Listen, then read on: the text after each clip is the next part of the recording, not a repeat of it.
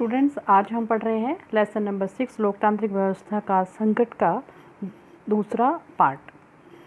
इसकी पहली वीडियो में हमने पढ़ा था कि किस प्रकार से 1971 तक कांग्रेस पार्टी अपनी एक अलग ही पहचान बनाई हुई थी और एक बार फिर से पुनर्स्थापित हो गई थी। लेकिन उसके बाद देश की कुछ आर्थिक परिस्थितियां रही ऐसी और कुछ राजनीतिक पृष्ठभूमि जो है वो इस प्रकार की चल रही थी उस समय में कि कांग्रेस पार्टी के सामने एक गहरा राजनीतिक संकट आ खड़ा हुआ था।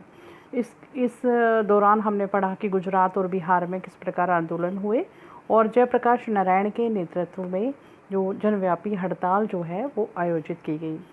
उसके पश्चात हमारा आज के इस वीडियो में जो मेन टॉपिक है वो है कि सरकार और न्यायपालिका के बीच इस दौरान किस प्रकार का संकट गहराता रहा। हमने 11वीं कक्षा में पढ़ा था कि कुछ मुद्दे उठे थे सरकार और न्यायपालिका के बीच विवाद के, और वो क्या थे कि कुछ मुद्दे थे कि संसद मौलिक अधिकारों में कटौती कर सकती है या नहीं, कि संसद की सर्वोच्चता और न्यायपालिका की सर्वोच्चता के बीच में मतभेद की स्थिति जो है वो इस दौरान पैदा हुई।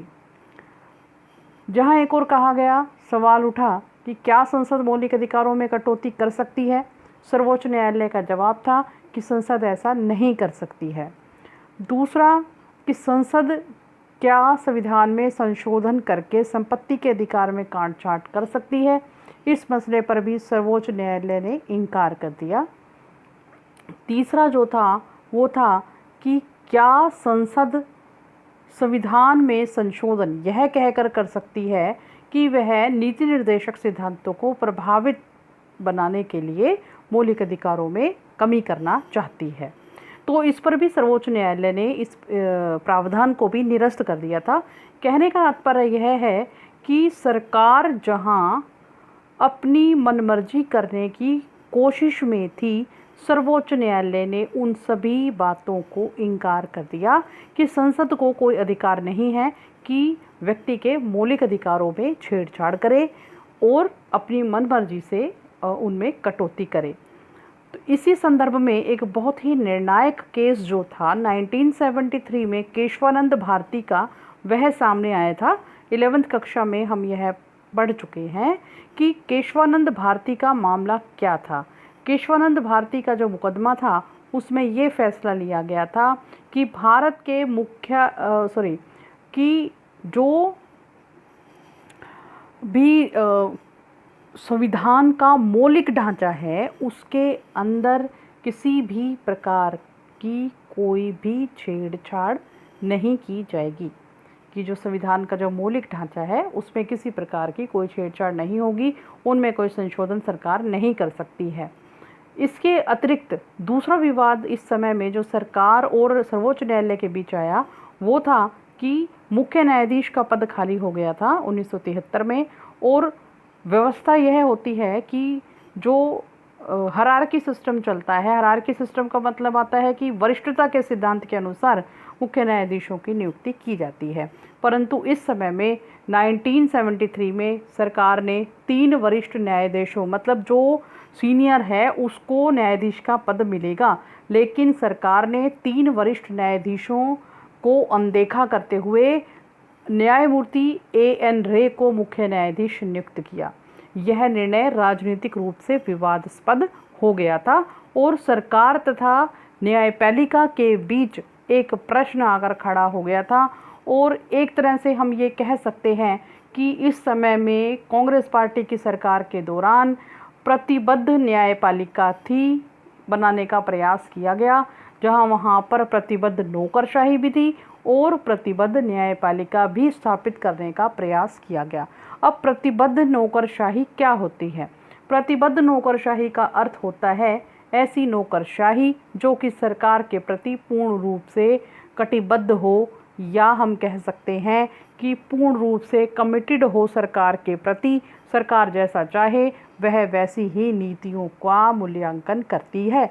इसी प्रकार से जो सरकार ने न्यायपालिका भी प्रतिबद्ध न्यायपालिका के रूप में स्थापित करने का पूर्ण रूप से तैयारी अपनी कर ली थी। इस परिस्थिति में जो आपातकाल की जो परिस्थितियां हैं वो चारों ओर से जो हैं वो कायम हो चुकी थी। 12 जून 1975 के दिन इलाहाबाद उच्च न्यायालय के न्यायाधीश जगमोहन लाल सिन्हा ने एक बहुत बड़ा फैसला सुनाया, और ये जो फैसला था वो सुनाया गया कि समाजवादी नेता राजनारायण ने एक याचिका दायर की थी, और उस याचिका के दौरान जो ये राजनारायण जो थे वो 1971 के चुनाव में इंदिरा गांधी के खिलाफ उम्मीदवार थे। उन्होंने यह एक याचिका दायर की थी कि इंदिरा गांधी ने अपने चुनाव प्रचार में सरकारी कर्मचारियों की सेवाओं का इस्तेमाल किया है, और उन्होंने चुनाव प्रचार में सरकारी तंत्र का पूर्ण रूप से प्रयोग किया है। जैसा कि आप सभी जानते हैं कि भारत में चुनाव का कार्य कराना चुनाव आयोग की जिम्मेवारी होती है, और यदि किसी भी तरीके से गलत साधनों का प्रयोग किया जाता है तो चुनाव के उपरांत इस विषय में चुनाव आयोग में याचिका दायर की जा सकती है। तो इलाहाबाद उच्च न्यायालय ने यह निर्णय दिया कि उन्होंने जो है गलत साधनों का सरकारी तंत्र का इस्तेमाल किया इंदिरा गांधी ने चुनाव में, इसलिए कानून अब इंदिरा गांधी सांसद नहीं रही, और अगले 6 महीने की अवधि में दोबारा सांसद निर्वाचित अगर वो नहीं होती हैं तो प्रधानमंत्री के पद पर वो कायम नहीं रह सकती हैं। ऐसा फैसला इलाहाबाद उच्च न्यायालय ने लिया, और 24 जून 1975 को सर्वोच्च न्यायालय ने उच्च न्यायालय के इस फैसले पर आंशिक स्थगनादेश देते हुए कहा कि जब तक इस फैसले की अगली सुनवाई नहीं हो जाती है वो अपने सांसद के पद पर बन ही रहेंगी। कहने का मतलब है पूर्ण रूप से सरकार को घेर लिया गया। कहीं आंदोलन है, कहीं हड़ताल है, और कहीं सर्वोच्च न्यायालय और सरकार के बीच विवाद है, तो कहीं अब सरकार के ऊपर एक और संकट मंडरा रहा था, और वह संकट था कि किस प्रकार से सरकार जो है वो अपनी सत्ता को, अपनी पैठ को कायम कर सकती है। तो इस प्रकार चारों तरफ से ही ऐसा माहौल बन गया था कि सरकार जो है उसको या तो वो अपना इस्तीफा दे या फिर आपातकाल की घोषणा कर दे। आपातकाल की घोषणा करने के विभिन्न प्रावधान हम 11th क्लास में पढ़ चुके हैं। वो क्या प्रावधान है? अनुच्छेद 352, अनुच्छेद 356 और अनुच्छेद 360। अनुच्छेद 352 कहता है कि कोई युद्ध और बाहरी आक्रमण हो जाने के कारण या देश के अंदर कोई, ये बात है 1975 की, जब हम कह सकते हैं आंतरिक गड़बड़ी शब्द जो है तब तक इस्तेमाल किया जाता था कि आंतरिक गड़बड़ी के कारण भी आपातकाल लगाया जा सकता है। दूसरा 1956 में जो आपातकाल लगाया जाता है वो है कि यदि राज्य का शासन संविधान के अनुसार नहीं चल रहा हो तो आपातकाल लगाया जा सकता है। तीसरा जो है यदि देश में आर्थिक संकट है तो अनुच्छेद 360 के अनुसार आपातकाल लगाया जा सकता है। तो अब भारत के अंदर जो है आपातकाल की स्थिति जो बनती आ रही थी वो ऐसा प्रदर्शित हो रही थी कि अनुच्छेद 352 के अनुसार आपातकाल लगाया जाएगा अंदरूनी गड़बड़ी को देखते हुए, जो कि हम अपने अगले वीडियो में पढ़ेंगे।